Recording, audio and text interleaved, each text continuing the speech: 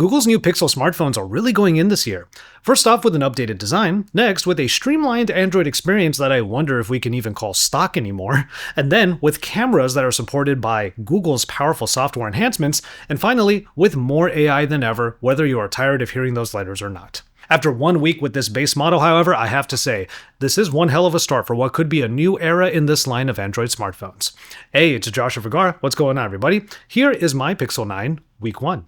Directly following the Made by Google event in the Bay Area, the Pixel 9 has been my main for the better part of a week, accompanying me for a road trip back from NorCal down to Central California and then to SoCal, where a visit to Disneyland became the perfect opportunity to use the camera straight up to capture some nice memories. Happy birthday! We're gonna get a lot of photos and videos here while I talk about the phone at large. Let me know how the microphone is working right now. There's a lot of noise around me. However, at this hour, about 10 a.m. right now on a Friday, there's actually not a ton of people out here, which is kind of nice. It wasn't until literally a day before posting this video that my review units for the Pro and the Pro XL finally came in, so I'm going to be holding off on talking about both of those phones for now. You can look forward to a week 1 video on the Pixel 9 Pro and the Pixel 9 Pro XL coming soon. I will talk about some of the differences between the base and the Pro model Pixel 9 phones a little bit in this video, since there are some key omissions that make this the real entry point into the lineup.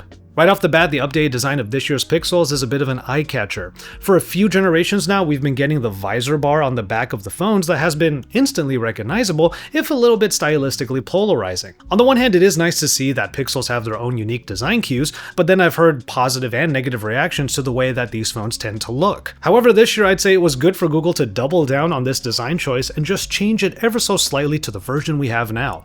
It is a huge pill on the back that will end up housing a few different suites of hardware depending on what version of the Pixel you choose, but the fact that it is so pronounced makes it stand out in a pretty good way, making for a striking silver island that I think looks better than any of the uniform bars that came before it. Now, the Pixel 9 has the least amount of bits in this island, sporting just the main and ultra-wide cameras while missing the temperature sensor that, yes, is still a thing and is found on the Pro models. That island sticks out of a slab that is decidedly flat all around in a way that feels really familiar.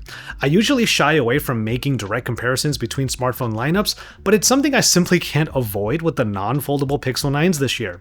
I love the way that these phones feel because I did love the way that the iPhone 14 and 15s felt. But yes, the shape looks and feels really similar to those iPhones, and while I would stop short of calling it a copy of the footprints, it's hard not to assume where that inspiration came from. But if that means a more durable and better feeling design for the Pixels, then who am I to complain? As the smaller phones of the bunch, both the Pixel 9 and the Pixel 9 Pro are the way to go when comfortable handling is a priority. Right off the bat, the Pixel 9 was the centerpiece of my IRL multitasking because reaching from side to side here is pretty easy, and then reaching the top requires minimal hand gymnastics. And it certainly helps that the Android software on here is properly smooth, as a combination of updated performance specs and optimized software should provide that as a result. And when I talked about the Pixels in my hands-on video, one thing I had to mention was how all of those demo units did not seem to get very hot at all. While I am happy to report that the Pixel 9 hasn't gotten anywhere close to burning my hands, if I can use that language, while playing games like Marvel Snap and Zenless Zone Zero for longer play sessions, I will say that the Pixel 9 does definitely warm up eventually. I realized that the Pro models are the ones that actually get some extra cooling help with vapor chambers, hoping to keep the Tensor G4 from heating up too fast and thus throttling performance.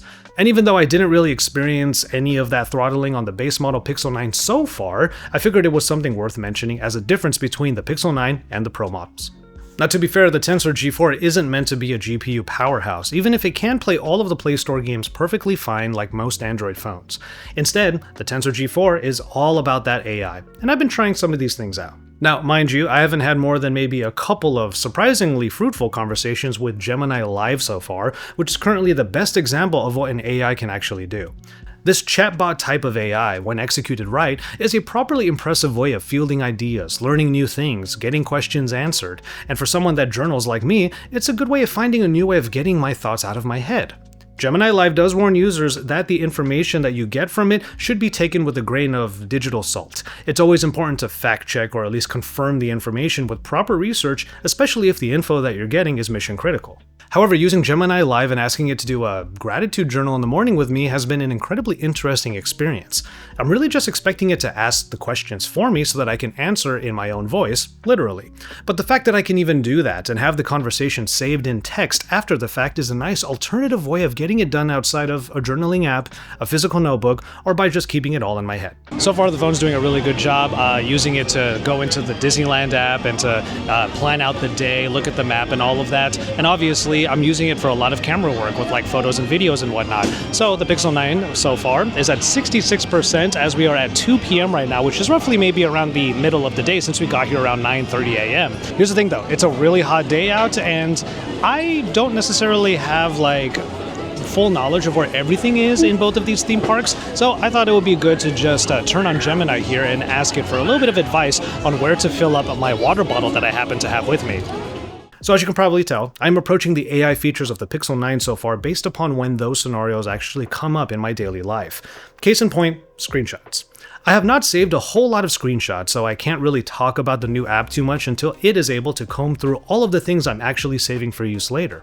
I do imagine it would be a great way of accessing information I want for later but can't dedicate much brain power to in the moment. Things like recipes, listings for items that I want to buy, and even memes. I just haven't collected too many of those yet to properly test the app long term. What I did find myself losing quite a bit of time with was Pixel Studio. AI-generated pictures and art might be a bit of a touchy subject, but I think Google had a decent approach to it when they introduced the wallpaper generator. The generated images that I'm making there, or in this case via Pixel Studio, are just being used to decorate my phone. So I went nuts with it for a while. I gotta say, it might take a few rounds sometimes, but eventually I was able to refine the prompt to get a picture I was more than happy to make my phone wallpaper. Pixel Studio can do way more than that, obviously, as the app screen shows. But like I said, when you find what AI is able to do for you, that's when it actually matters. And thankfully, Gemini is finally tapping into functions that many of us got used to using Google Assistant for, like smart home controls and routines. The growing pains of transitioning from Assistant to Gemini do seem to be starting to fade. Which brings us to the cameras, and this year the Pixel 9 gets a proper boost with the rear cameras. The main sensor is a 50 megapixel shooter while the ultra-wide gets close to matching it with 48 megapixels. Add to all of that the software enhancements that we've come to expect from Google and you get pretty great typical everyday picture taking. The main sensor will get you the shallower depth of field for both photos and videos, while the ultra-wide can use its autofocusing to get closer to subjects if you need a little bit of macro work done. Off the bat, the enhanced processing from the Pixel 9 is making most situations work even when conditions are not ideal. However, I do have to admit that sometimes I prefer to have more contrast in my photos and the HDR quality cuts that down a bit. It's at that point that I would either get into the Photos app and edit the photo, or I would just remember to lower the shadows in particular in the manual controls as I'm shooting. The birthday girl is getting on the Incredicoaster right now. I am not much of a roller coaster person, so I am hanging back. However, I'm going to go ahead and try to get video of her on the main part of this roller coaster. And also, I am paying my tax for saying no. It is here, though, that I got one of my favorite photos with the previous Pixel Pro, where you can actually keep a subject very clear while everything else is in motion. Videos are still my highlight, as the Pixels provide some really pleasing results in the right lighting conditions, on top of some really great stabilization even at the base mode. Since this is the base model Pixel 9, video boost is not a thing on here, so we're not going to be getting that extra support until next week when I move over to the Pro. The other thing that the Pro has over the base model is a telephoto lens, which would help with tighter portraits, for example, but with that said, the portrait mode on the Pixel 9 crops into the main sensor, which still helps. Speaking of portraits, the front-facing camera is the only one that doesn't get a higher megapixel count, as this one is at 10.5 megapixels. Still, selfies in and out of the portrait mode get the Google software treatment, making the Pixel 9 a great way of getting good shots for social media. The same goes for video, since the front-facing camera is capable of 4K video recording. As for the extras in the camera package in this base model, we're looking at a couple of main additions. First, the Magic Editor, which is more robust this year as it can now generate what might be missing in your shots. I expect it will be useful when you just really need help fixing a shot, but those situations might not be super common.